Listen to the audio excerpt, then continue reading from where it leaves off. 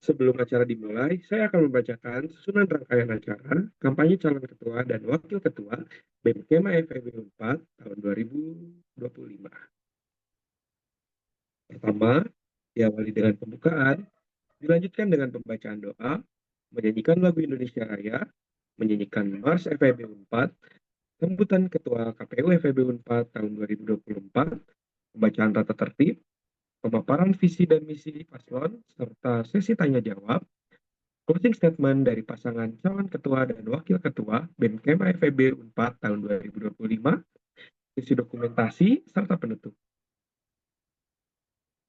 Baik, sebelum kita mulai rangkaian acara hari ini, mari kita panjatkan puji dan syukur kepada Tuhan Yang Maha Esa. Atas berkat dan rahmatnya, kita dapat berkumpul pada hari ini, 24 Januari 2025, di Zoom Meeting dalam acara kampanye calon ketua dan wakil ketua BEM Kema FEB 4 tahun 2025. Sebelum acara dimulai, alangkah baiknya kita bersama-sama berdoa agar kegiatan kita diberkahi oleh Tuhan Yang Maha Esa. Berdoa menurut agama dan kepercayaan masing-masing. Berdoa dimulai.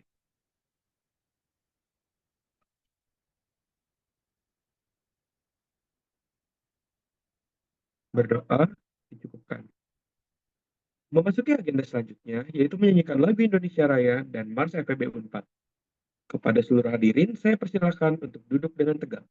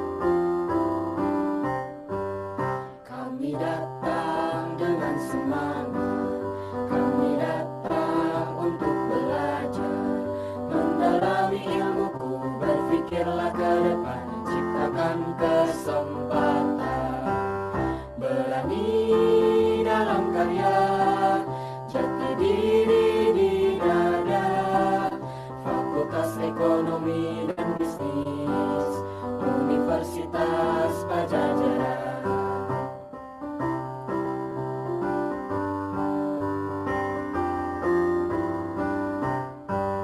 Kami datang dengan semangat, kami datang untuk berbagi, mengabdikan ilmuku, berpikirlah ke depan, ciptakan keunggulan, berani dalam karya, jati diri di dada, Fakultas Ekonomi dan Bisnis, Universitas Pajajaran. Baik, untuk acara selanjutnya, mari kita mendengarkan kata sambutan dari Ketua KPU FEB 4 tahun 2024. Kepada Kang Muhammad Alfian Prasetya, dipersilahkan.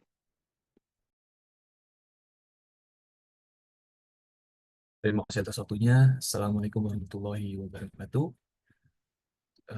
Pertama-tama saya ingin berterima kasih kepada pasangan calon nomor urut 1, yaitu Kang Haris dan Kang Rian, yang telah hadir pada sesi kampanye khusus pada malam hari ini.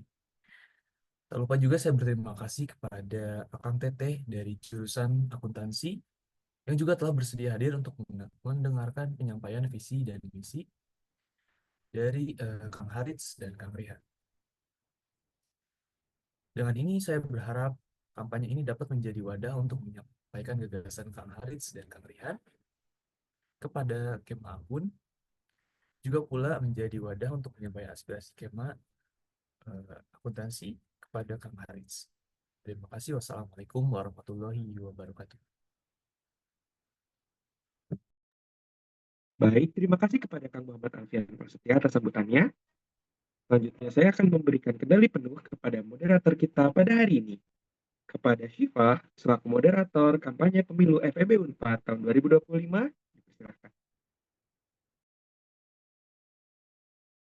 Assalamualaikum warahmatullahi wabarakatuh.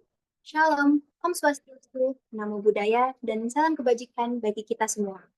Selamat malam, sebelumnya saya ucapkan terima kasih kepada MC yang sudah memberikan waktu dan tempat kepada saya, dan izinkan saya untuk memperkenalkan diri kembali kepada rekan-rekan semua. Kenalkan, nama saya Salsabila Syifa Permana, selaku moderator di acara kampanye pemilihan umum Ketua BEM Fakultas Ekonomi dan Bisnis Universitas Pajajaran 2025. Tanpa berlama-lama lagi, mari kita lanjutkan ke sesi pembacaan tata tertib rangkaian acara kampanye kali ini. Tata tertib. 1. Pemaparan visi misi akan disampaikan oleh calon ketua dan wakil ketua BEM Kema FEB Unpad, diikuti oleh sesi tanya jawab. Pemaparan visi misi akan berlangsung selama 20 menit dan sesi tanya jawab akan berlangsung selama 25 menit. 2.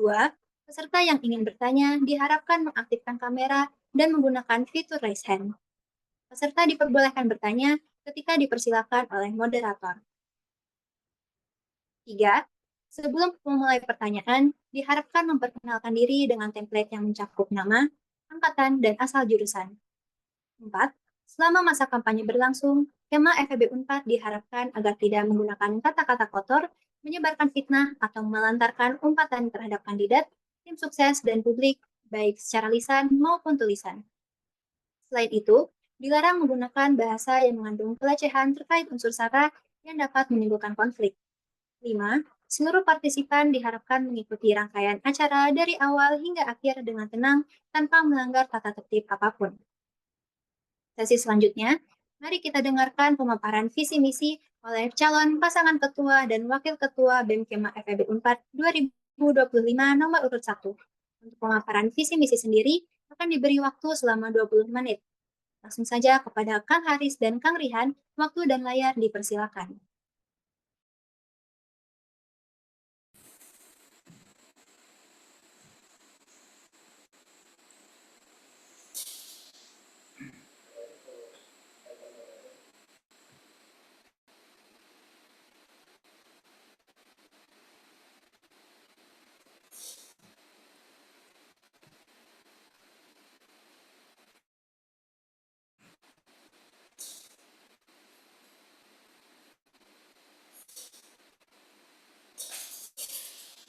Assalamualaikum warahmatullahi wabarakatuh. Salam, Om Swastiastu, Namo Buddhaya. salam kebajikan bagi kita semua. Halo Kema Akuntansi, Halo Kema Akuntansi. izinkan kami pada hari ini untuk memberikan dan memaparkan visi, misi, gagasan, dan harapan kami untuk FEB 4 selama 1 tahun ke depan. Berbicara mengenai Fakultas Ekonomi dan Bisnis, Fakultas Ekonomi dan Bisnis telah berdiri selama 67 tahun, yang awalnya hanya berkembang dari 2 program studi dan akhirnya menjadi Fakultas Ekonomi dan Bisnis yang sudah kita kenal seperti sekarang, memiliki 5 program sarjana dan 4 sarjana terapan. Fakultas Ekonomi dan Bisnis yang sekarang memiliki banyak warna dan potensi yang harus dikembangkan. Terlihat banyak sekali prestasi yang ditorahkan oleh FEB Unpad. Di antaranya, FEB Unpad masuk dalam peringkat ke-77 institusi penelitian terbaik di Asia versi RIPEC, dengan CEDS sebagai salah satu lembaga penelitian dan di bawah di FEB Unpad berada di posisi ke-98 di angka dunia. Serta belum lagi prestasi yang gemilang yang dimiliki oleh Kema FEB di tingkat nasional maupun internasional. Meski demikian, teman-teman harus sadar bahwa FEB 4 masih memiliki tantangan yang sangat besar. Sesuai dengan data yang diberikan oleh Dialog Bersama Dekanat pada tahun Dialog Bersama Dekanat 2024, prestasi FEB 4 baru mencapai angka 16 dari target 70 pada tahun lalu. Sejalan dengan teorinya Salo Swan mengenai pertumbuhan ekonomi, FEB 4 perlu fokus pada pemberdayaan sumber daya manusia dan menciptakan iklim kemahasiswaan yang suportif untuk mendukung visi menjadi world class university. Lalu, bagaimana BMKM FEB 4 dapat memaksimalkan potensi FEB 4 sebagai pembuka cakrawala terhadap potensi diri mereka? Halo teman-teman, sebelumnya perkenalkan, aku Haris Rahengafi Naguraha, salah satu calon ketua BMKM FEB 4 tahun 2025. Teman-teman yang belum tahu, aku sebelumnya adalah kepala tim pengembangan internal BMKM FEB 4 tahun 2024 Kabinet Pola Eskalasi, dan aku memiliki berbagai pengalaman di bidang akademik seperti finalis di PKMRH dan juga finalis di Pimnas UNED 30. Halo Kema Akuntansi, kenalin aku Rihan Abizar, salah satu calon wakil ketua BEM FEB 4 2025. Berbeda dengan Haris yang berfokus pada akademik, aku terakhir kali berfokus pada working experience di bidang profesional. Lalu terakhir di bidang organisasi, aku berkecimpung di Kepala Bidang Advokasi dan Komunikasi di Hima Pemasaran Digital pada tahun 2024 dan Stereo Economics sebagai Vice President dan juga TEDx Pajajaran University sebagai Procurement Director. Baik teman-teman, izinkan aku untuk membreakdown sedikit bagaimana alur berpikir dari mimpi dan gagasan yang kita buat pada tahun ini. Berawal dari mimpi dan semangat dan keresahan yang akhirnya membuat kita untuk menganalisis bagaimana kondisi ideal sebenarnya posisi FEB 4 dan BEM FEB 4, serta kondisi faktual sebenarnya terjadi seperti apa. Hal itu melahirkan sebuah visi, dan akhirnya kita coba merealisasikan visi tersebut dalam bentuk misi, dan kita coba merumuskan budaya untuk bisa merealisasikan semua itu tersebut, diubah menjadi strategi realisasi, fokus isu, organigram, proker unggulan, proker inovasi, serta timeline 100 hari kerja kabinet pembuka cakrawala. Lalu mimpi kami FEB 4 ini yang telah berdiri selama 67 tahun terus berkembang dengan menawarkan 9 program studi dan mencetak berbagai prestasi seperti peringkat ke-77 institusi penelitian terbaik di Asia versi RIPEC dan peringkat ke-98 dunia untuk Center for Economics and Development Studies atau CEDS. Namun, fakultas ini masih menghadapi tantangan besar dengan capaian indeks prestasi yang baru mencapai 16 dari target 70 pada tahun ini. Untuk mewujudkan visi sebagai world class university, FEB 4 perlu memberdayakan potensi Kema FEB melalui demokratisasi akses, menciptakan iklim kemahasiswaan yang suportif, dan meningkatkan kualitas sumber daya manusia sebagai kunci pertumbuhan berkelanjutan. Oke, berbicara mengenai kondisi ideal, secara filosofis, FEB 4 berdiri pada tahun 1997 dengan tujuan untuk menghasilkan lulusan berkualitas di bidang ekonomi dan bisnis yang berkontribusi pada pembangunan nasional. Lalu bagaimana peran BMKM FEB 4 itu sendiri? BMKM FEB 4 hadir sebagai organisasi mahasiswa yang berfungsi untuk sebagai penggerak perubahan, wadah aspirasi dan pembentuk mahasiswa yang kreatif, inovatif, intelek, serta religius. Secara ADART BMKM FEB 4, BMKM FEB 4 harus mendukung nilai-nilai Tridharma perguruan tinggi untuk berkontribusi pada kemajuan bangsa. Kondisi ideal secara yuridis, menurut Sustainable Development Goals, BMKM FEB 4 harus bisa berfokus pada keberlanjutan dalam aspek sosial, ekonomi, dan lingkungan, baik di lingkungan kampus maupun lingkungan luar kampus bagi masyarakat luas. Bicara mengenai landasan yuridis secara nasional, secara overview-nya, BMKM FEB 4 harus dapat berkontribusi mengembangkan potensi mahasiswa untuk menjadi individu yang berilmu, berakhlak mulia, kreatif, mandiri, dan bertanggung jawab, serta berdasarkan dan berlandaskan pada kebenaran ilmiah, keadilan, tanggung jawab, dan kebinekaan untuk mendorong masa menjadi responsif, kreatif, dan kompetitif. Terlebih lagi, dengan visi misi Prabowo Gibran tahun ini, bersama Indonesia Maju menuju Indonesia Emas tahun 2045. BMKM FEB 4 dengan hakikatnya sebagai institutionalized movement harus dapat mendorong pemerintah untuk memastikan keputusan strategis yang mereka ambil adalah untuk kepentingan dan rakyat Indonesia. Secara landasan yuridis universitas, secara tidak langsungnya, BEM FEB 4 harus dapat mendukung UNPAD mencapai dan menegakkan nilai-nilai Tridharma perguruan tinggi, serta dapat membantu visi UNPAD sebagai pusat pendidikan yang inklusif berkelas dunia melalui pengembangan sumber daya manusia. Melalui Sentra FEB 4 tahun 2021-2025, BEM harus dapat membantu dan menstimulus FEB 4 sebagai fakultas yang unggul di tingkat nasional maupun internasional. Berdasarkan peraturan Perdas Kema UNPAD dan GBH Kema UNPAD, BEM Kema FEB 4 harus dapat mematuhi Perdas dan juga menggunakan dan membuat proker-proker sesuai dengan aturan GBH Kema UNPAD. Oke, Lalu bagaimana kondisi faktual BMFB 4 pada saat ini? Berbicara dalam aspek internal atau good corporate governance, pada tahun ini rasa-rasanya BMFB 4 masih kurang dalam profesionalisme dan mengukur bagaimana akhirnya konsistensi dan kualitas yang diberikan oleh FEB 4 itu sendiri. Hal ini ditunjukkan perlu adanya peningkatan kedisiplinan dan juga efisiensi operasional dalam manajemen internal organisasi. Ngomongin tentang inkonsistensi di kantor kerja, rasa-rasanya BMFB 4 pada tahun ini belum bisa konsisten menerapkan apa yang disebut dengan KPI dan juga OKR. Oleh karenanya perlu ada pengawasan secara berkala dan holistik mengenai penggunaan OKR dan KPI ini. Berbicara mengenai kajian dan politik, minimnya relevansi dengan isu yang berada di masyarakat membuat BMKM sangat elitis dalam melakukan pergerakan. Lalu untuk kualitas kajian yang belum komprehensif juga dirasakan oleh beberapa KMFB 4 terhadap kajian-kajian BMKB. Lalu tantangan terbesar adalah rendahnya daya tarik KMFB terhadap pergerakan dan isu sosial dan politik. Lalu mengenai advokasi dan kesejahteraan mahasiswa. Seperti yang teman-teman tahu, pada saat ini dan tahun ini, FEB 4 rasa-rasanya belum banyak memperhatikan kesejahteraan mahasiswanya yang berprestasi dan membawa dan mengangkat nama FEB 4. Lalu belum juga pengawalan HKM dalam kegiatan belajar mengajar yang sering sampai sekarang belum dioptimalkan, seperti banyak dosen yang tidak sesuai dengan jadwal dan QC dan lain sebagainya. Lalu, ngomongin dengan kolaborasi dengan pihak eksternal, rasa-rasanya BMKM FEB 4 belum bisa mengoptimalkan dengan betul bagaimana berkolaborasi dengan pihak media untuk bisa meningkatkan citra BMFEB 4 di mata pemerintah dan juga pihak eksternal. Ngomongin tentang minimnya kolaborasi dengan akademisi juga membuat akhirnya kajian dan produk-produk FEB 4 tidak rasanya masih bergerak sendiri-sendiri, padahal FEB 4 memiliki kekuatan akademis yang sangat besar di belakangnya. Lalu, mengenai kolaborasi dengan beberapa stakeholdernya, BMFEB 4 harus bisa mengawal BSO dan komunitas untuk naik kelas pada tahun ini sesuai dengan apa yang dijanjikan pada DBD kedua tahun 2024. Mengenai program pengabdian masyarakat, rasa-rasanya program kerja yang kurang efektif dan tepat sasaran juga dirasakan dikarenakan kurangnya riset yang mendalam pada saat pelaksanaan program.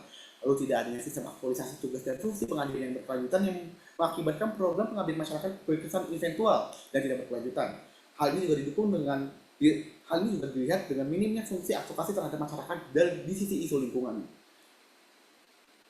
Oleh karenanya, kami merumuskan nilai dan budaya organisasi yang dapat merumuskan dan melancarkan visi pada kami tahun ini. Di antaranya nilai-nilai kami adalah Academic Ethics, berbicara tentang tema FEB dan fungsionalis BMFEB 4 yang harus bisa menjunjung tinggi etika akademisi karena kita sejatinya adalah akademisi dan memiliki tanggung jawab yang berat atas nama hal tersebut. Growth Mindset berbicara tentang kita yang tidak puas untuk belajar dan ingin terus bertumbuh. Creative Thinking di masa yang dinamis seperti sekarang, banyak berbagai pendekatan yang harus kita coba karena perubahan sangat dinamis. Ngomongin resilience, berbicara tentang daya tahanan masyarakat dari tema FEB dan juga fungsionalis dengan kondisi yang selalu labil dan juga dinamis. Oleh karenanya, pada tahun ini kami membawa budaya organisasi advokasi culture. Apa sih budaya advokasi culture? Singkatnya, budaya organisasi yang menekankan pada fleksibilitas, kreativitas, inovasi, dan respons cepat terhadap perubahan serta peluang. Hal ini didasari dengan BMKM FEB 4 yang selalu dinamis terhadap perubahan. Oleh karenanya, ada 6 aspek di dalam sini. Dynamic teams, innovation, open communication, flexibility, flight hierarchy, dan juga otonomi. Maka kami putuskan untuk membawa visi hadirnya BMKM FEB 4 sebagai pembuka cakrawala untuk mewujudkan FEB yang berdaya pada FEB tahun ini. Berangkat dari sana, kami memiliki sebagian misi, yang pertama adalah Colorful Insight, berbicara tentang membukakan cakrawala dan paradigma dengan berbagai culture agar terciptanya kema FEB yang memiliki pandangan luas dalam melihat potensi dirinya dan kesempatan atau panggilan yang ada. Lalu kedua, Good Student Governance, berbicara mengenai BEM yang sebagai student government, idealnya BEM mengadopsi prinsip-prinsip GCG dengan mengedepankan nilai transparansi, akuntabel, mengedepankan pengawalan publik untuk memastikan organisasi yang sehat. Lalu selanjutnya, ada sinergi government, berbicara tentang pelibatan seluruh elemen di FEB 4, kebijakan yang sinergis dengan berbagai stakeholder di kampus. Lalu selanjutnya ada Welfare Hub, BEM FEB 4 hadir untuk memberikan rasa aman kepada keluarga mahasiswa FEB 4 dengan berperan aktif dalam mengadvokasikan dan memberikan perlindungan kepada tema. Lalu yang kelima, Sustainable Development Ecosystem, BEM FEB 4 hadir untuk memberikan rasa aman pada keluarga mahasiswa FEB 4 dengan berperan aktif dalam mengadvokasikan dan memberikan perlindungan kepada tema FEB. Yang keenam, Career Pathfinder, mengarahkan, menjaring, dan mengembangkan serta menghubungkan kebutuhan karir entrepreneur kema FEB. Oleh karenanya, kami memiliki beberapa fokus isu. Yang pertama, terkait pemenuhan hak akademik dan kemahasiswaan yang dirasakan oleh Kema FEB, berbicara terkait fasilitas kampus dan fasilitas akademisi yang dirasa kurang disupport oleh FEB 4. Ngomongin tentang inklusi dan kesetaraan, rasa-rasanya FEB 4 masih kurang memperhatikan fasilitas kampus bagi pihak-pihak disabilitas. Oleh karena itu, kita ingin bisa mengawal hal ini untuk bisa menuntut adanya kesetaraan dan hak pendidikan bagi seluruh masyarakat dan Kema FEB. Berbicara mengenai kekerasan seksual, rasa-rasanya kekerasan seksual pada saat ini menjadi hal yang sangat penting. Oleh karena kita harus dapat bisa mengconcern dan mengawal isu ini dengan sangat cukup dengan sensitif dan juga dengan langkah yang hati-hati. Karena kekerasan seksual berbicara tentang kemaslahatan dan juga ruang aman bagi seluruh Kema FEB 4. Berbicara tentang uang kuliah tunggal dan KIPK, berbicara tentang akses pendidikan yang harus dirasakan oleh seluruh Kema FEB karena sesuai dengan janji rektor, jangan sampai ada mahasiswa Unpad yang putus kuliah hanya karena ada uang kuliah tunggal ataupun tentang KIPK. Lalu yang terakhir, ada tentang masalah transisi semua vokasi yang hari ini rasa-rasa sangat jadi urgent karena mereka mengalami ketidakpastian kelembagaan dan hak mahasiswa pasca pemisahan vokasi dan FEB. Harapannya kami dapat mengawal dan bisa menyiapkan agar adik-adik kita dan teman-teman sarjana terapan dapat pindah ke vokasi dengan rasa aman dan nyaman. Lalu untuk fokus isu eksternal, kami fokus terhadap Permendikbudristek nomor 2 tahun 2024. Kebijakan ini berbicara tentang kenaikan UKT tanpa transparansi yang memburuk keadaan dan akses pendidikan bagi seluruh kelompok yang rentan. Oleh karenanya, kami akan terus bersuara dan juga berkomitmen untuk dapat memastikan bahwa pemerintah melakukan kebijakan yang impactful, collaboration, dan juga memastikan bahwa seluruh elemen dapat terlibat dalam hal ini. Ngomongin soal kebijakan ekonomi pemerintah, banyak target pertumbuhan ekonomi yang rasanya tidak realistis, seperti target pertumbuhan 6%, swasembada pangan, dan juga proyek strategis nasional yang tidak tercapai secara optimal. Oleh karenanya, kami serta pengawal proyek-proyek tersebut agar hal tersebut tidak cuma jadi janji populis yang berisiko membebani fiskal dan juga malah merusak lingkungan tanpa hasilnya. Lalu dari hal tersebut, kami memutuskan untuk membuat OKR atau Objective Key Result dan inisiatif dari masing-masing misi. Yang pertama ada misi Colorful Insight dengan Key Result, program lintas budaya menarik dan interaktif, partisipasi mahasiswa meningkat, paradigma inklusif terintegrasi. Dengan inisiatif yang bisa kami usahakan, acara lintas jurusan seperti FW Bernada dan Change Essential. Yang kedua, program diskusi kolaboratif, dan yang ketiga, taman stand up punchline untuk ekspresi kreatif. Lalu misi selanjutnya ada Good Student Governance. Dengan key result yang pertama, transparansi informasi kegiatan dan anggaran. Yang kedua, feedback publik untuk akuntabilitas. Yang ketiga, sistem komunikasi internal yang sehat. Dengan inisiatif 1. Sistem pelaporan transparansi. 2. SOP pengelolaan anggaran jelas. 3. Platform feedback publik interaktif. Dengan misi yang ketiga adalah sinergi government. Dengan key result, kebijakan lintas organisasi sinergis, koordinasi antar organisasi yang efektif, keterlibatan elemen organisasi strategis dengan inisiatif, kolaborasi LK, BSO komunitas, pengawasan kegiatan ad hoc, dukungan administratif yang terstruktur.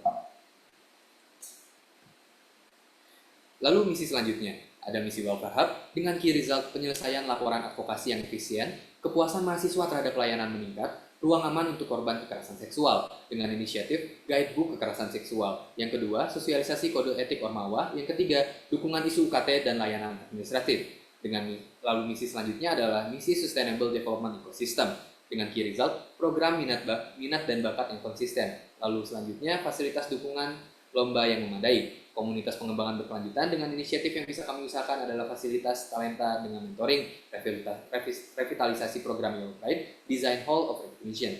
Lalu misi selanjutnya, Career Pathfinder dengan key result, platform mentorship dan karir, program pengembangan soft skill, akses peluang magang dan kerja. Inisiatif yang bisa kami usahakan adalah platform mentorship komprehensif, keterlibatan profesional industri, koneksi peluang magang atau kerja. Oleh karenanya, kurang lebih ini adalah organigram yang akan kami bawakan pada tahun ini. Ada sedikit perbedaan dari organigram tahun lalu. Di antaranya ada biro pengendali internal sebagai bentuk komitmen kami untuk bisa menjaga konsep dan prinsip good corporate governance atau good student governance agar terdapat dan terciptanya quality control dalam internal organisasi. Lalu dipecahnya hubungan diplomasi eksternal yang berbicara tentang citra, berhubungan dengan strategi partnership dengan berbagai government dan lain sebagainya. Sementara kemitraan strategis berbicara terkait strategi partnership dengan berbagai private sector, dengan berbagai mitra yang akhirnya dapat dirasakan efeknya bagi seluruh Kema FEB dan juga BEM itu sendiri. Kurang lebih inilah arahan strategis kami untuk berbagai bidang pada tahun ini. Sekretariat Umum berbicara tentang perlindungan administratif dan juga menyusun sistem manajemen keuangan yang transparan tentang audit. Dari pengembangan dan pengawas internal berbicara tentang internal organisasi dan rumah tangga internal organisasi. Berbicara tentang bidang kaderisasi dan keilmuan, berbicara tentang cara membangun dan membentuk karakter mahasiswa FEB 4 yang akhirnya siap untuk melepas landas setelah keluar dari kampus FEB 4. Bidang kemahasiswaan berbicara tentang memantik dan juga membudidayakan berbagai talent-talent yang ada di FEB 4 hingga akhirnya mereka bisa tumbuh dan akhirnya mengeluarkan potensi sebenarnya. Berbicara dengan bidang komunikasi dan informasi, berbicara tentang yang citra BMFEB yang harus bisa baik dan muncul di publik, serta berbicara tentang akhirnya pembuka gerbang kolaborasi luas-luas yang agar dapat dirasakan oleh seluruh pihak, gak cuma BEM, tapi seluruh pihak di FEB 4. Berbicara bidang sosial dan politik, berbicara tentang influencing public policy, berbicara tentang BEM yang harus bisa tetap menyuarakan keresahan dan juga berbaik kepentingan masyarakat agar akhirnya pemerintah tetap melaksanakan fungsi dan tugasnya sebenarnya. Kurang lebih, ini adalah program inovasi yang kita bikin bawa pada tahun ini. FEB Karir Kompas merupakan sebuah program ekspansi dari FEB Karir Day pada tahun lalu. FEB Karir Kompas adalah program yang bertujuan untuk membantu mahasiswa FEB secara end-to-end dari pengarahan, pembinaan, dan juga pengembangan hingga akhirnya bisa disalurkan kepada alumni ataupun stakeholder yang membutuhkan. Unify berbicara mengenai satu data atau data governance agar punya pengumpulan data dan juga tata kelola yang baik untuk internal organisasi. ABC FEB 4 berbicara tentang ekosistem, support ekosistem bagi iklim kemahasiswaan terkhususnya iklim mahasiswa yang suka berprestasi. Karena pada tahun ini rasa-rasanya FEB 4 kurang aware akan hal tersebut. Oleh karenanya, harapannya dengan FEB 4 ini kita dapat membuat support ekosistem yang hubungkan antara research, material, learning materials, mentor dan juga network agar membuat mereka bisa bertumbuh dan mengeluarkan potensi yang sebenarnya. Lalu selanjutnya ada Lensa Cakrawala yang berfokus pada media TSP Culture yang merupakan program mendukung ekspresi dan kreativitas mahasiswa FEB melalui kegiatan seperti yang tadi sudah disebutkan. Lalu ada FEB Safe atau Sexual Assault Free Education, adalah inisiatif untuk meningkatkan kesadaran terhadap kekerasan seksual melalui guidebook yang menyajikan informasi, langkah penanganan, dan SOP penanganan kasus sesuai regulasi. Program ini disosialisasikan melalui seminar dan media digital, menciptakan lingkungan kampus yang aman dan suportif. Dengan berbagai visi dan program kerja tersebut, akhirnya inilah indeks 100 hari kerja dari pembuka Cakrawala. Berbagai seperti melakukan safari terhadap dengan seluruh stakeholders di FEB, mengambil pergantian ketua IK FEB 4, melakukan open recruitment, melakukan audiensi bersama dekanat dengan ANC LKCBSO CFEB untuk bisa menyelaraskan agenda kemahasiswaan dan lomba selama 1 tahun ke depan, menyusun penoban pendampingan bagi hima vokasi, membentuk dan menyesuaikan sistem internal bagi internal BMFEB, lalu berbicara tentang musyawarah kerja agar menjelaskan visi dan misi pada tahun 2025, membuat Instagram internal, mengumpulkan informasi dan data sebagai bentuk kami untuk bisa mengetahui apa yang dibutuhkan oleh Kema FEB 4 pada tahun ini, melakukan penyusunan kajian dan arah gerak agar dapat mengeskalasikan berbagai isu pada tahun ini, dan juga melakukan monitoring dan evaluasi untuk memfiksasi berbagai tujuan dan arah gerak Departemen Biro hingga akhirnya siap berjalan kepengurusan pada tahun ini. Harapannya hal tersebut dapat menjadi mimpi dan juga membuka cakrawala Kema FEB untuk akhirnya capai potensi yang sebenarnya. Terima kasih. Wassalamualaikum warahmatullahi wabarakatuh.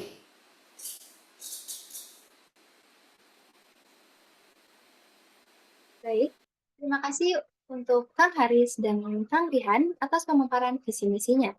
Setelah kita mendengarkan pemaparan visi misi dari pasangan calon ketua dan wakil ketua BEM Kema FEB 4 2025 nomor urut 1, selanjutnya kita akan memasuki sesi tanya jawab untuk menggali lebih dalam mengenai visi, misi, dan program kerja dari masing-masing paslon. Bagi hadirin yang ingin bertanya, dimohon untuk mengaktifkan fitur raise hand dan menyalakan kamera.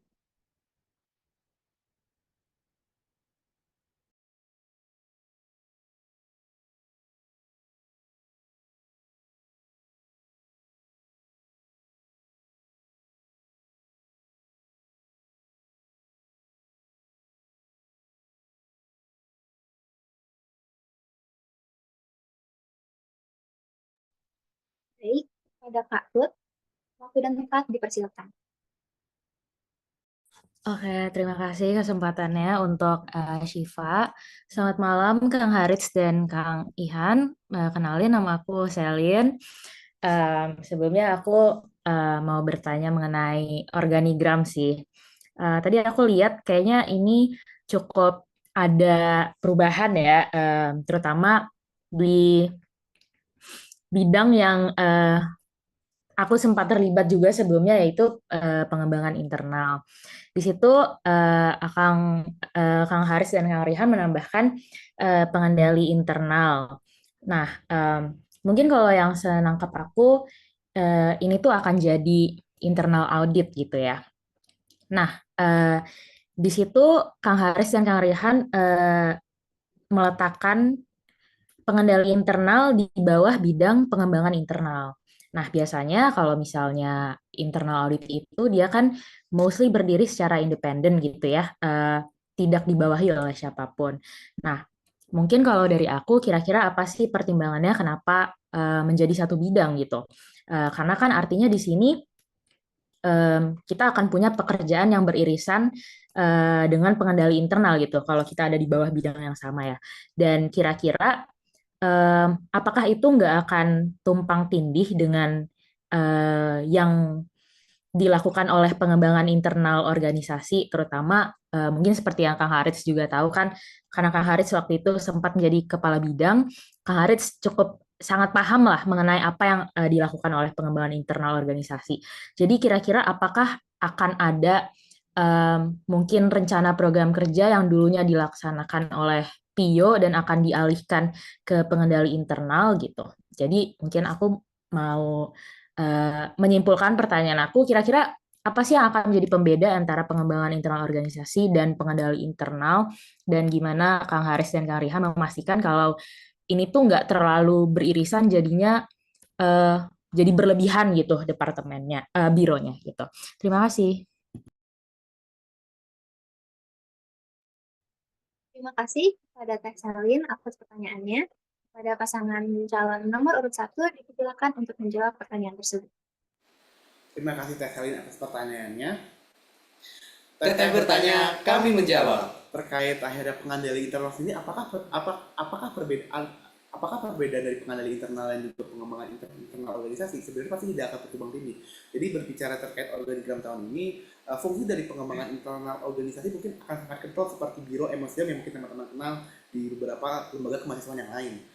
Di biro tahun ini, harapannya dan arahan strategisnya berbicara tentang dua fungsi talent development, talent branding. Karena kenapa akhirnya dipisah?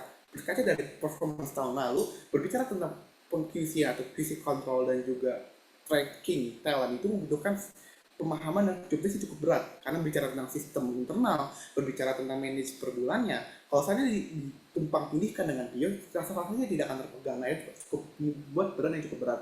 Belum lagi adanya konflik of interest karena Biro PIO sendiri bertugas sebagai pendampingan berbagai departemen yang ada di BMFEB.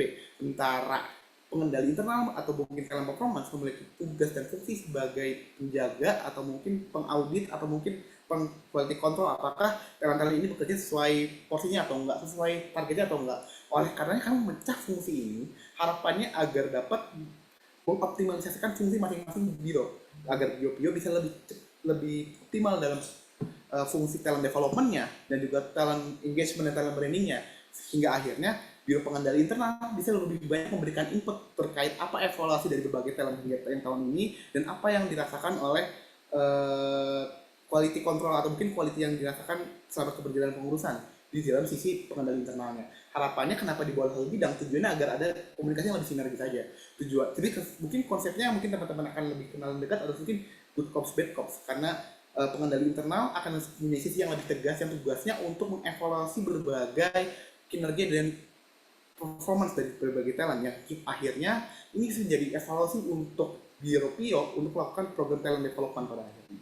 Tujuannya itu. Terima kasih untuk pertanyaannya. Oke, thank you Kang Harits dan Kang Ihan. Baik, terima kasih atas jawabannya Kang Haris dan Kang Rian. Sekali lagi, bagi hadirin yang ingin bertanya, dimohon untuk mengaktifkan fitur raise hand dan menyalakan kamera.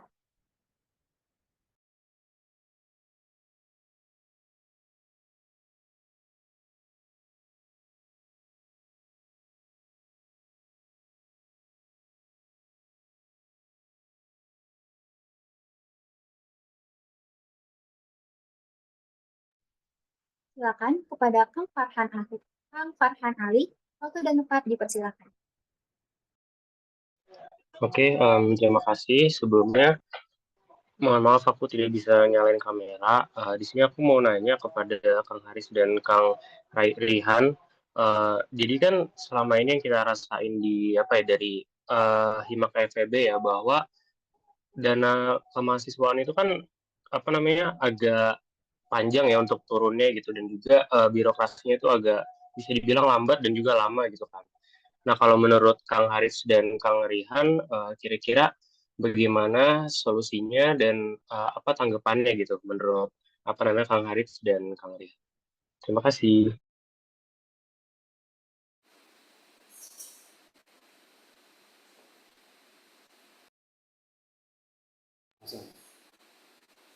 Terima kasih Kang Farhan atas pertanyaannya. Akan bertanya, kami ingin menjawab terkait alur birokrasi yang akhirnya berbelit-belit di FEB 4. Ya, seperti yang kita tahu teman-teman sekalian, selama 2 tahun terakhir mengenai alur birokrasi dan kemahasiswaan itu gak pernah beres-beres, teman-teman. Kalau aku bisa bercerita sedikit mengenai sejarah dan kemahasiswaan dan manajemen kemahasiswaan di FEB ataupun di Unpad pada zamannya sebelum adanya COVID-19, Wadik itu ada 3, teman-teman. Ada Wadik 1 akademik, Wadik 2 tuh ngomongin sarkas, Wadik 3 tuh ngomongin kemahasiswaan. Hal ini juga berimplikasi terhadap manajer yang ada di bawahnya. Jadi ada manajer akademik, ada manajer sarkas, dan ada manajer kemahasiswaan. Hal ini yang membuat pada zamannya ya, sebelum COVID itu kegiatan kemahasiswaan itu sangat subur dan mungkin jauh lebih tersupport dibandingkan tahun ini. Ketika kita sudah memasuki masa COVID, akhirnya bidang akademik dan kemahasiswaan digabung pada zaman Nurina. Hingga akhirnya jadilah Wadik 1 dan Wadik 2 yang kita kenal sampai sekarang. Nah, harapannya kami untuk bisa menuntaskan masalah birokrasi dan dana kemahasiswaan yang selalu berbelit-belit adalah untuk membuat aliansi LKBSO se-FEB yang akhirnya menuntut dan menanyakan komitmen dekanat ataupun fakultas mengenai adanya ad hoc kemahasiswaan. Karena ketika kita telusuk lebih jauh, emang bebannya terlalu berat, teman-teman, kalau seandainya fungsi kemahasiswaan dan fungsi akademik dijadikan jadi satu. Oleh karenanya kami menuntut adanya tim ad hoc kemahasiswaan yang langsung bertektokan dengan kami, aliansi LKBSO FEB, agar menunjukkan komunikasi yang lebih sinergis. Akhirnya kegiatan kemahasiswaan yang di FEB dapat disupport secara lebih sportif dan juga lebih lancar. Begitu sih, teman-teman. Pada Kang Farhan, apakah cukup menjawab? Oke, cukup menjawab. Terima kasih. Baik, terima kasih. Untuk yang ingin bertanya kembali, silakan mengacungkan raise hand dan menyalakan kamera.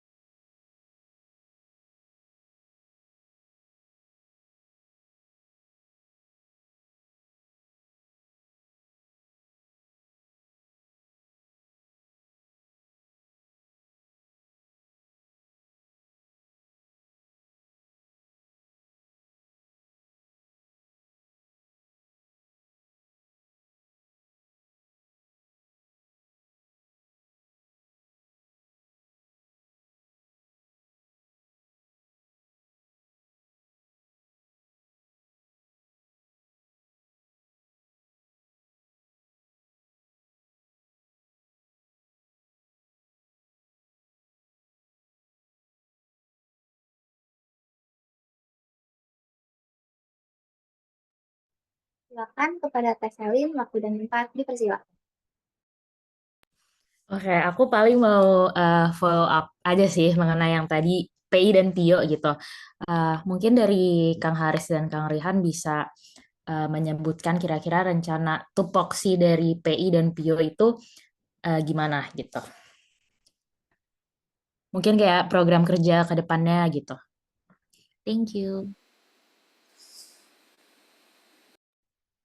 Silakan kepada Kang Haris dan Kang Rihan untuk menjawab pertanyaannya. Terima kasih Teh Heri atas pertanyaannya. Teh bertanya, kami menjawab mengenai apa sih perbedaan tupoksi PI dan PIO secara detailnya. Mungkin aku bisa jawab secara detailnya kalau ngomongin proker, mungkin dibalikan terhadap kepala biro masing-masing nanti yang akan menjabat. Kalau ngomongin fungsi secara garis besarnya, pengembangan internal organisasi akan berbicara mengenai program talent development, talent engagement, dan talent branding yang lebih kental. Dan agar 3 fungsi itu dapat teroptimalisasi jauh dibandingkan tahun-tahun sebelumnya. Pengendali internal fokus terhadap talent performance akhirnya. Dan juga QC berbagai OKR dan KPI yang diterapkan oleh internal organisasi pada tahun ini. Harapannya, kalau secara garis besarnya, PIO akan lebih banyak ngomongin tentang talent development, berbicara tentang apa sih yang dibutuhkan oleh fungsionalis pada saat akhir ini, soft skill macam apa, core kompetensi macam apa yang dibutuhkan untuk bisa ditingkatkan, dan itu berdasarkan apa? Berdasarkan hasil evaluasi yang dibuat oleh tim pengendali internal, dan juga tim pengendali internal ini bertugas untuk mengecek apakah akhirnya OKR KPI ini bisa sustain dan bisa relevan seiring berjalannya waktu. Itu sih sebenarnya secara garis besarnya. Kalau ngomongin secara detailnya itu dibalikan kembali terhadap kepala biro masing-masing. Mungkin kalau aku bisa ngambil contoh di salah satu universitas dan lembaga kemahasiswaan lain, mungkin dari BBM terkait pengendali internal. Mereka menggunakan sistem controlling selama 1 minggu atau 1 bulan sekali agar memastikan departemen-departemen internalnya tetap berjalan sesuai semestinya. Gak hanya ngomongin soal OKR atau ngomongin soal key result tercapainya suatu prokor, tapi itu juga berbicara tentang bagaimana internal prosesnya atau mungkin program talent development itu apakah termutuhi atau enggak. Sebenarnya lebih ke arah sana. Terima kasih. Harapannya hal ini bisa menjawab. Oke, makasih Kang Harits. Baik, terima kasih. Apakah ada lagi yang ingin bertanya? Silakan kepada Kang Wildan. Waktu dan tempat dipersilakan. Baik, sebelumnya terima kasih atas waktu dan kesempatannya, Teh Syifa. Aslinya pertanyaan aku nggak jauh beda dari Yoselin sih, soalnya ada departemen baru yang aku lihat di bidang Kominfo, yaitu kemitraan strategis kalau nggak salah. Dan bisa dijelasin sedikit nggak, Kang, tupoksinya apa dan apakah proker atau kurang lebihnya tugasnya kemitraan strategis itu ada di Hubex tahun lalu dan akan dipindahkan secara mandiri atau gimana gitu, Kang? Boleh dijelaskan? Terima kasih.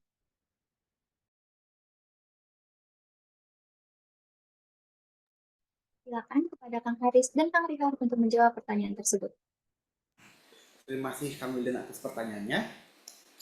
Akan bertanya, kami menjawab. Terkait akhirnya, udah digaram lagi ya, apa perbedaan dari hubungan diplomasi eksternal dan juga pemisahan kemitraan strategis. Jadi akan kalau mungkin aku coba benchmark ke perusahaan-perusahaan atau mungkin NGO di luar, tugas dari hubungan diplomasi eksternal mungkin mirip-mirip seperti public relation yang bertugas sebagai komunikator publik sebuah entitas atau mungkin BEM terhadap publik. Jadi ngomongin soal citra, ngomongin soal komunikasi publik, ngomongin soal berdiplomasi itu ada di diplomasi eksternal.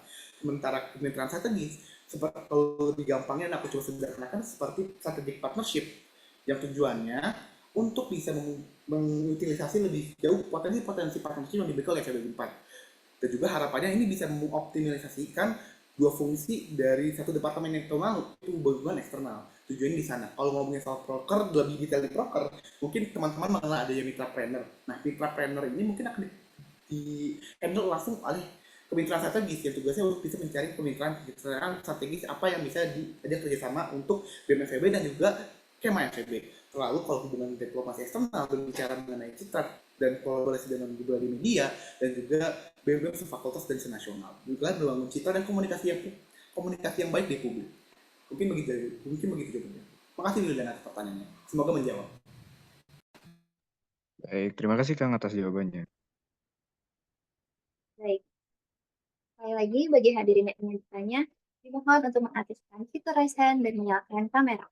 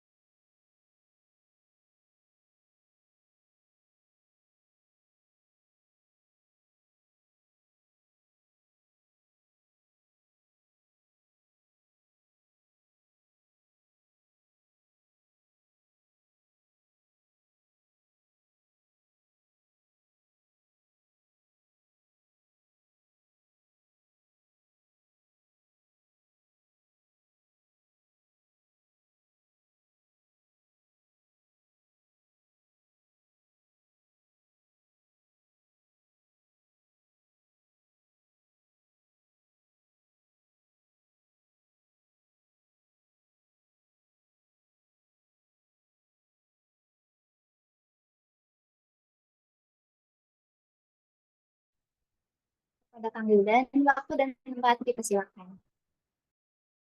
Oke, baik. Terima kasih sekali lagi atas waktu dan kesempatannya, Teh Siva. Aku mau nanya sekali lagi nih, untuk khususnya ke Kang Rihan. Eh, kan ada banyak keraguan lah dari beberapa orang terhadap beberapa faktor yang berbeda-beda. Namun kalau dari aku, terhadap Kang Rihan ini kan belum pernah ada di posisi BEM sebelumnya ya kalau nggak salah.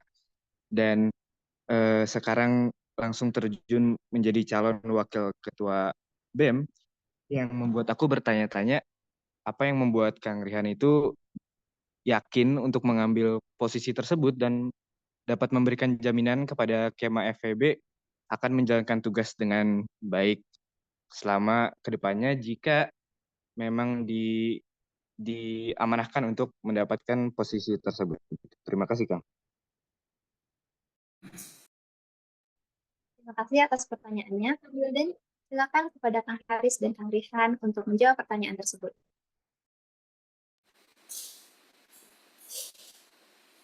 Baik, terima kasih Kang Wildan atas pertanyaannya. Kami menjawab. Berhubungan dengan komitmen dan niat saya untuk menjadi calon wakil ketua BEM FEB Unpad 2025, itu berhubungan dengan keresahan dan inovasi yang akan saya bawa. Karena saya percaya saya membawa experience karir yang berhubungan dengan nilai yang akan kami bawa, yaitu student corporate. Ini juga menyambung terhadap tujuan dan visi kami membuat Kema FEB menjadi lebih berdaya. Begitu sepertinya, Kang Wildan. Apakah cukup menjawab, Baik, Kang. Ya, terima kasih atas jawabannya. Baik, terima kasih Kang Wildan. Ada lagi yang mau bertanya?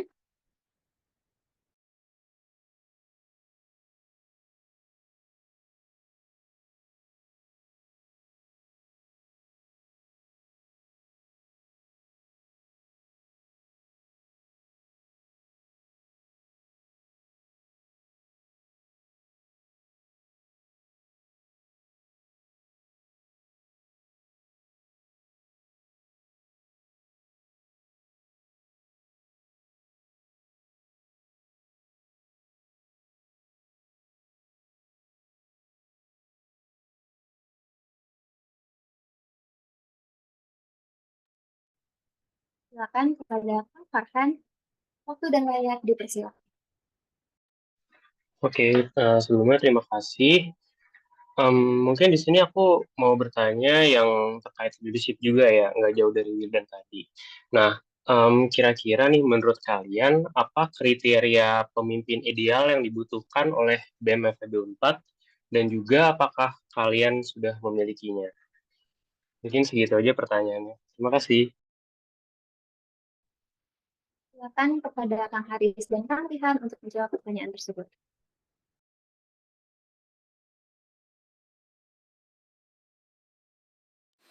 Oke, terima kasih Kang Farhan atas pertanyaannya. Akang bertanya, kami menjawab. Terkait kriteria pemimpin apa yang cocok sebagai BEM Kema FEB Unpad pada tahun ini, ya seperti kita ketahui, BEM pada saat ini starting point-nya adalah yang sudah mencoba berbagai bisnis, berbagai model akhirnya. Udah banyak mengeskalasikan standarisasi, banyak menerbangkan mimpi-mimpi. Tujuan kami dan melihat kondisi yang seperti sekarang, FEB Unpad itu sebenarnya sudah dalam posisi yang cukup strategis pada akhirnya. Banyak potensi yang akhirnya udah mulai terutilisasi, banyak akhirnya potensi dan akhirnya peluang yang mulai terbuka. Namun pada akhirnya FEB Unpad adalah sebuah melting pot atau mungkin sebuah poros perkumpulan berbagai jenis opportunity yang datang. Diperlukan orang yang punya kontekstualisasi yang luas, diperlukan orang yang punya pemahaman yang luas dan juga berbagai macam bidang yang berada di belakangnya. Kami rasa aku dengan pengalaman akademik dan juga organisasi kampus aku dengan Rihan yang lebih banyak berpengalaman yang mengenai karir dan juga dunia profesional dapat membukakan hal tersebut dan menyadarkan bahwa seandainya Kema FEB atau FEB Unpad itu punya potensi yang seluas itu, punya perkembangan yang sewarna-warni itu, nggak harus dengan hitam dan putih, nggak harus dengan cara yang lurus-lurus aja, namun untuk mencapai titik kesan itu banyak caranya. Dan kami rasa keberagaman lah yang menjawab hal tersebut. Oleh karenanya kami membawakan visi pembuka cakrawala. Maksud dari pembuka cakrawala di sini adalah membuka dan melepas paradigma teman-teman atau mungkin hal yang aku rasakan dan perasaan aku masuk aku dan Kang Rihan mengenai apa yang mengenai tentang pertumbuhan, apa itu mengenai tentang potensi. Yang harapannya ketika kita sudah melepas paradigma tersebut, melepas limiter tersebut, Kema FB benar-benar bisa memberdayakan dirinya sendiri. Kema FB akhirnya tahu potensi sejauh apa, dan Kema FB akhirnya tahu potensi dan opportunity apa saja yang bisa mereka dapatkan dan apa saja yang bisa mereka beri dampak di sana. Mungkin itu jawaban dari aku. Apakah menjawab, Kang Farhan? Oke, terima kasih Kang, sangat menjawab. Terima kasih. Apakah ada lagi yang ingin bertanya?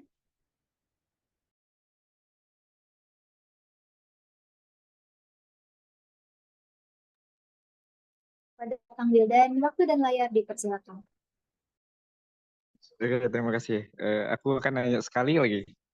Tapi sebelumnya mohon maaf ya, aku nggak bisa on cam soalnya kondisinya tidak memungkinkan.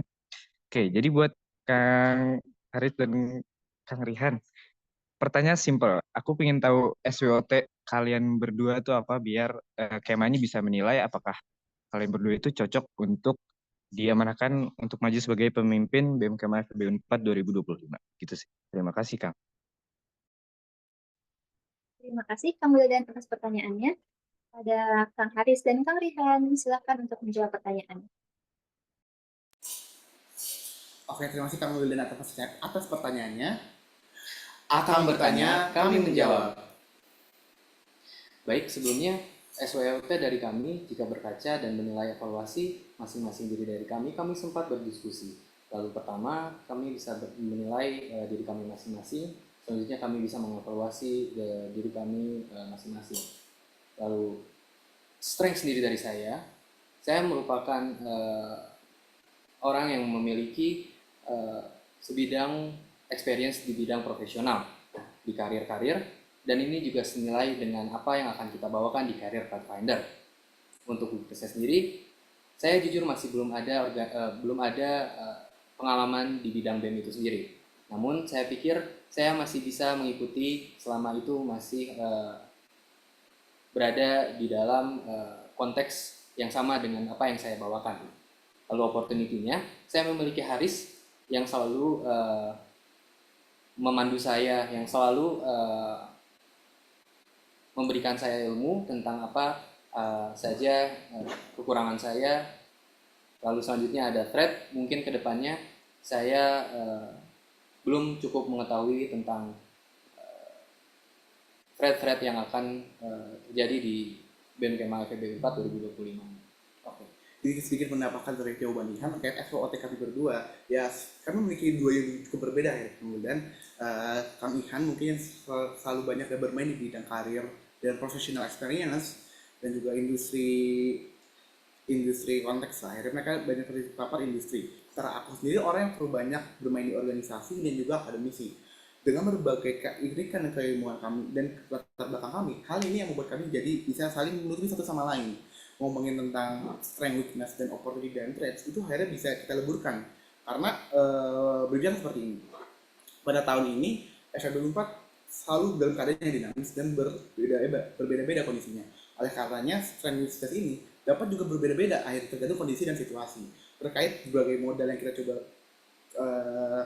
petakan tadi berbagai bidang saya dan juga Rihan, saya rasa hal ini dapat menutupi satu sama lain. Terkait kombinasi ketua dan wakil itu adalah hal yang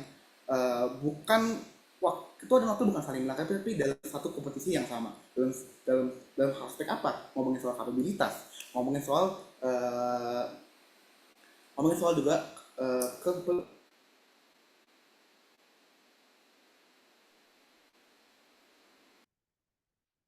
Karena waktu sesi tanya jawab sudah habis, demikian sesi tanya jawab bersama pasangan calon ketua dan wakil ketua BEM Kema FEB 4 2025 telah selesai. Selanjutnya, mari kita dengarkan closing statement yang akan disampaikan oleh pasangan calon nomor urut 1. Pembacaan closing statement akan diberi waktu selama 5 menit. Pada pasangan calon nomor urut 1, waktu dan silakan.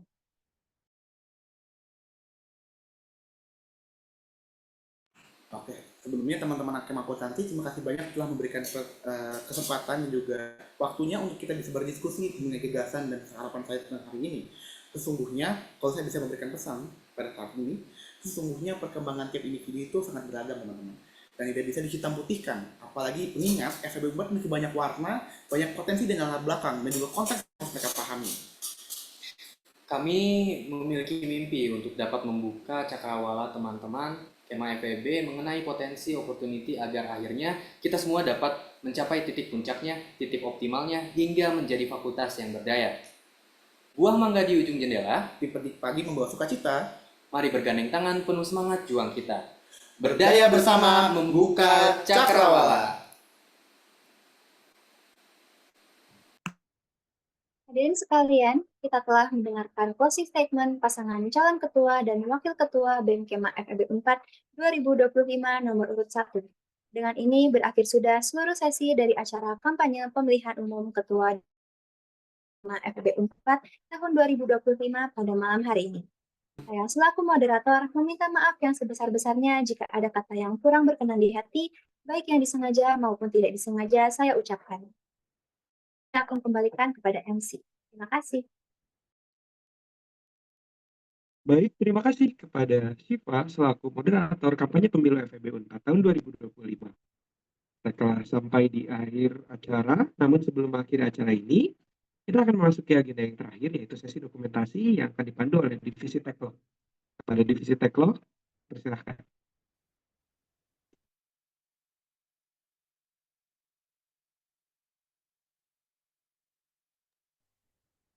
Baik, untuk sesi dokumentasi akan segera dimulai. Pada para partisipan diharapkan agar dapat menyalakan kameranya masing-masing.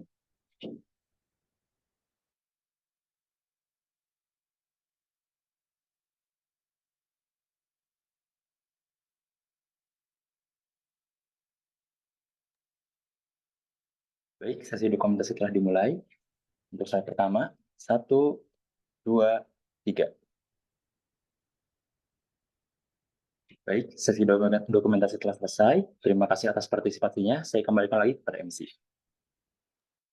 Baik, terima kasih kepada Divisi Teklo. Terima kasih kepada pasangan calon ketua dan wakil ketua BEM Kema FEB 4 tahun 2025 nomor urut 1, Kang Haris dan Kang Rihan. Dan terima kasih juga untuk para audiens, terutama dari keluarga mahasiswa akuntansi yang telah menyempatkan waktunya untuk hadir dalam kampanye pemilu FEB 4 2025 pada hari ini. Saya Daniel, selaku MC pada kampanye pemilu FEB 4 tahun 2025, pamit undur diri. Wassalamualaikum warahmatullahi wabarakatuh. Terima kasih.